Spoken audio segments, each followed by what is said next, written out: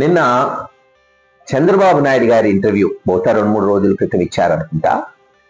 ఇంటర్వ్యూలో చంద్రబాబు నాయుడు గారు అంటారు, జగన్మోహన్ రెడ్డి గారు అనే భూతాన్ని భూస్థాపితం చేసేశాను, ఇంకెప్పటికీ ఆయనకు అధికారంలో రాడు, ఇంకా 10-15 సంవత్సరాలు కూటమి ప్రభుత్వం ముఖ్యంగా తెలుగుదేశమే అధికారంలో ఉంటుంది అని ఆయన చెప్తున్నారు. కాసంత నవ్వు కూడా వచ్చింది.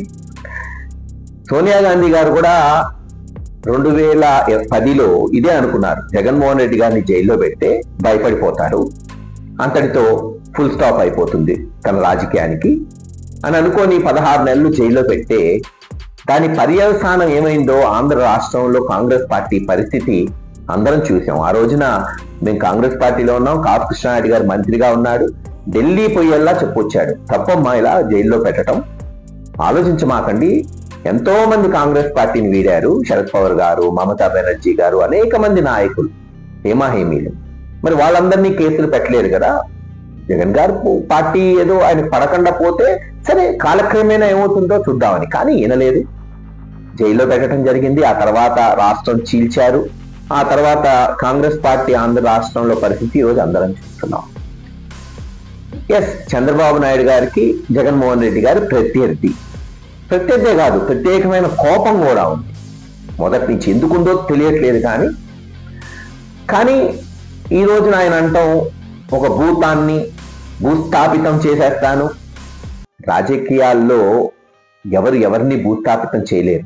మనం ఎదగాలి, మనం గెలవాలి, మనం ప్రజల మన్నన పొందాలి అని అనుకోవాలి తప్పితే అవతలోని తొక్కేస్తాం, చంపేస్తాం, భూస్థాపితం చేస్తామన్నప్పుడే తిరుగుబాటు వస్తుంది, విప్లవాలు వస్తాయి, తద్వారా ఉన్న ప్రభుత్వాలు అధోగతి పాలవుతుంటాయి. ఒక్కసారి మనము గడిచిన 47 సంవత్సరాల నుంచి ఆంధ్ర రాష్ట్రంలో జరిగిన రాజకీయాలు నిశింతగా ఒక్కసారి మీ యొక్క జ్ఞాపక శక్తిని వెనక్కి తీసుకెళ్లి పరిశీలించమని కోరుతున్నాను ఆంధ్ర రాష్ట్ర ప్రజల్ని, రాజకీయాలంటే ఇష్టమైన వాళ్ళందరినీ, అందరి నాయకులు, అన్ని పార్టీ వాళ్ళని. 1977 ఇందిరాగాంధీ గారు ఎమర్జెన్సీ పెట్టడం, తప్పు చేయటం, ఆమెకి వ్యతిరేకంగా దేశం మొత్తం కూడా కాంగ్రెస్ పార్టీ మొట్టమొదటిసారి ఓడిపోవటం జరిగింది. ఆమెని ఆ రోజు కాసు బ్రహ్మానందరెడ్డి గారు సస్పెండ్ చేయటం కాంగ్రెస్ పార్టీ నుంచి. అందరూ హేమాహేమీలంతా కూడా ఆ రోజు కాంగ్రెస్ పార్టీలో ఉన్నారు, కానీ ఆమెని పార్టీ నుంచి సస్పెండ్ చేయటం వరకు పోయింది. ఆమె సొంతంగా కాంగ్రెస్ ఐ అనే పార్టీ పెట్టుకున్నారు 77 ఆ దాఖలాల్లో.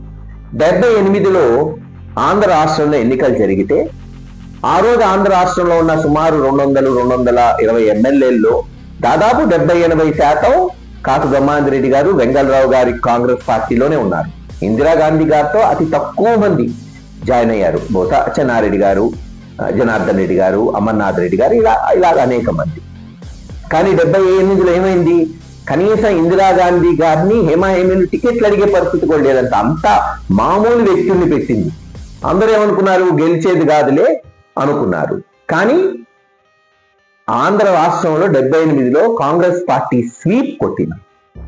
పాత కాంగ్రెస్ ఏదైతే బ్రహ్మానందరెడ్డి గారి కాంగ్రెస్ కి 30-40 సీట్లు మాత్రమే రావటం జరిగింది. అంటే దాంట్లో రాజశేఖర రెడ్డి గారు, కాసు కృష్ణారెడ్డి గారు, ఇలా కొంతమంది ఇటువైపు గెలిచారు. అలాగే చంద్రబాబు నాయుడు గారు, కర్ణం బలరాం గారు, అనేక మంది, ఒక కొత్త యువత ఇందిరాగాంధీ గారి వేవ్ లో 78లో గెలవటం జరిగింది. 83కు వద్దాం. కాంగ్రెస్ పార్టీ మళ్ళీ ఇందిరాగాంధీ గారి అధికారంలో, ఇందిరాగాంధీ గారి నాయకత్వంలో పాత వాళ్ళు, కొత్త వాళ్ళు, సీనియర్లు అందరూ కలిసిపోయి 83 కల్లా కాంగ్రెస్ పటిష్టంగా ఉంది దేశంలో. రాష్ట్రంలో 82లో ఎన్టీ రామారావు గారు పార్టీ పెట్టారు. అందరు ఏం హేళన చేశారు, ఏంది రంగులు వేసుకునే ఆయన, ఈయన వల్ల ఏమవుతుంది, మహా పెద్ద పెద్ద నాయకులు కాంగ్రెస్ పార్టీలో ఉన్నారు. కానీ 83లో తెలుగుదేశం పార్టీ స్వీప్ కొట్టి సంచలనం చేశారు ఎన్టీ రామారావు గారు. మళ్ళీ 85, 84లో అందరికీ తెలుసు, నాదెండ్ల భాస్కరరావు గారు వెన్నుపోటు పొడిస్తే ఎన్టీ రామారావు గద్దె దిగటం, మళ్ళీ ఆయనకి అధికారం ఇవ్వటం, ఆయన ఎలక్షన్ కి పోవటం, ఉన్న మ్యాండేట్ కాకుండా మళ్ళీ ఫ్రెష్ మ్యాండేట్ కి పోవటం. 85లో ఇందిరాగాంధీ గారు చనిపోయారు. కాంగ్రెస్ పార్టీ ఖచ్చితంగా గెలుస్తుంది, సింపతి ఉంది అని అనుకున్నారు. కానీ 85లో మళ్ళీ ఎన్టీ రామారావు గారు గెలవటం జరిగింది ఆంధ్ర రాష్ట్రంలో. 89 వచ్చేటప్పటికి మరి ఎన్టీ రామారావు గారు 2 kg రైసు, పాపులర్ లీడరు, ఇంకా అసలు తెలుగుదేశానికి ఎదురే ఉంది అనుకున్నారు. ఆ రోజు చెన్నారెడ్డి గారు పిసిసి ప్రెసిడెంట్ గా ఉన్నారు. నా చిన్నప్పుడు విన్నా నేను, కాకృష్ణారెడ్డి గారు మా తండ్రి గారు చెప్పటం కూడా, రాజీవ్ గాంధీ గారు ఒకానొక దశలో అన్నారంట చెన్నారెడ్డి గారితో, కష్టం అనుకుంటా ఈసారి కూడా మనం ఆంధ్ర రాష్ట్రంలో గెలవటం, అందుకని యంగ్స్టర్స్ అందరినీ ఎంపీలుగా పెట్టండి అని. చాలా మందికి గుర్తుండదు, ఆ రోజున అందరు యంగ్స్టర్స్, రాజశేఖర రెడ్డి గారు, తాయి ప్రతాప్ గారు, కాకృష్ణారెడ్డి గారు, అక్కడ కొంతల రామకృష్ణ గారు, ఇలా అనేక మందిని ఎంపీలుగా తీసుకెళ్లారు, ఎమ్మెల్యేలకు కాకుండా. కానీ చెన్నారెడ్డి గారు రాజీవ్ గాంధీ గారితో ఒకటే అన్నారంట, mister Rajiv Gandhi, I will defeat NT Rama Rao and show you అని.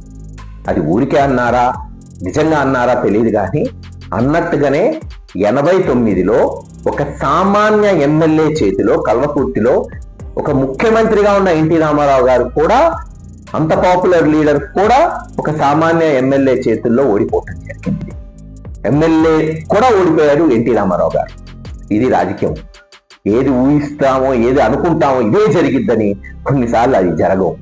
ఇంకా 94 వచ్చేటప్పటికి కాంగ్రెస్ పార్టీ ఏలూరులో సభ వెళ్తే చాలా మంది ఈ ప్రాంతం నుంచి పోయారు. అక్కడి నుంచి ఇంకా రాజకీయాలు ప్రతి ఘటన మేము ఇన్వాల్వ్ అయ్యాం కాబట్టి తెలుసు.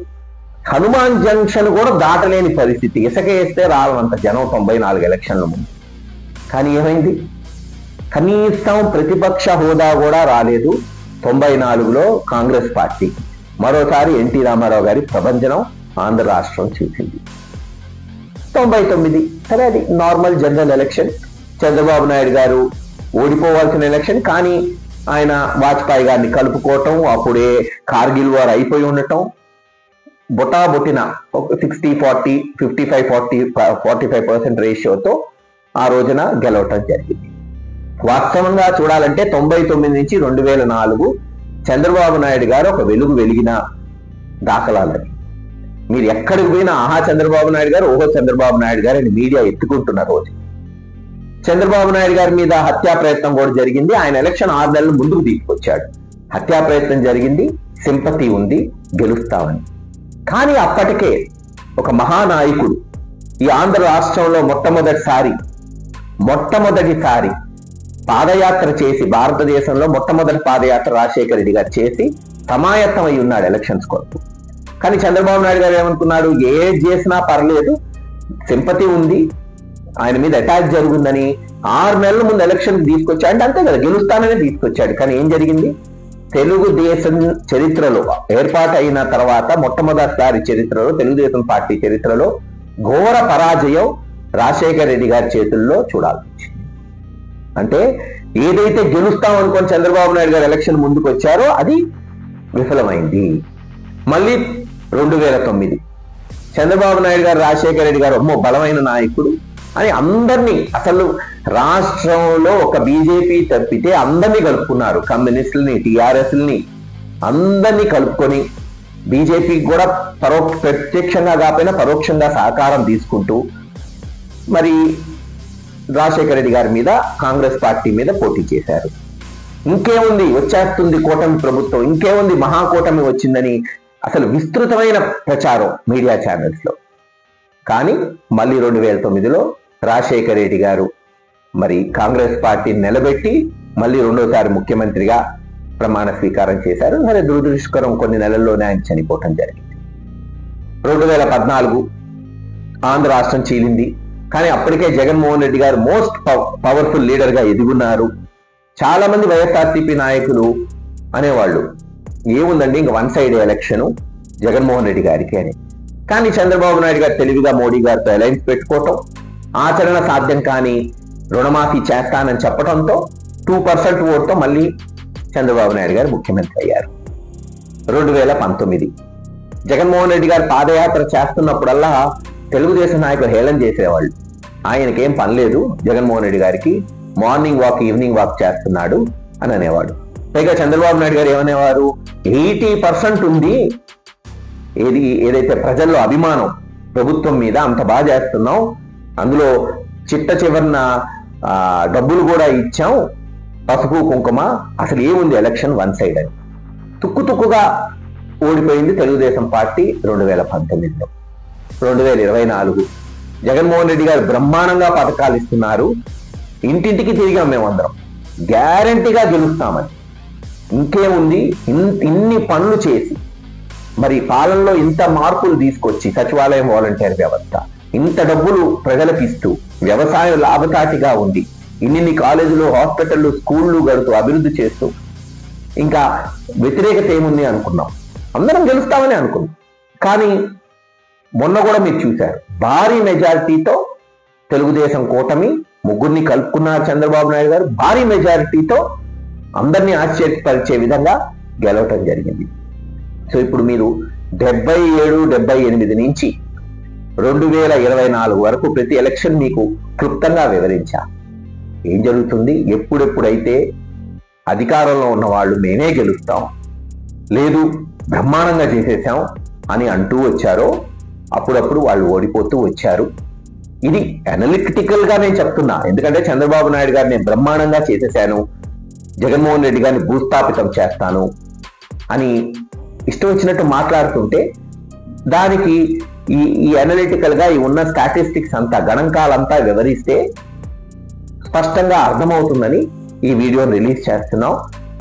ఇప్పటి వరకు ఇచ్చిన హామీలు నెరవేర్చకుండా కేవలం ప్రతిపక్షాన్ని అనగదొక్కటమే పరమార్థంగా ఈ ప్రభుత్వం జరుగుతుంది.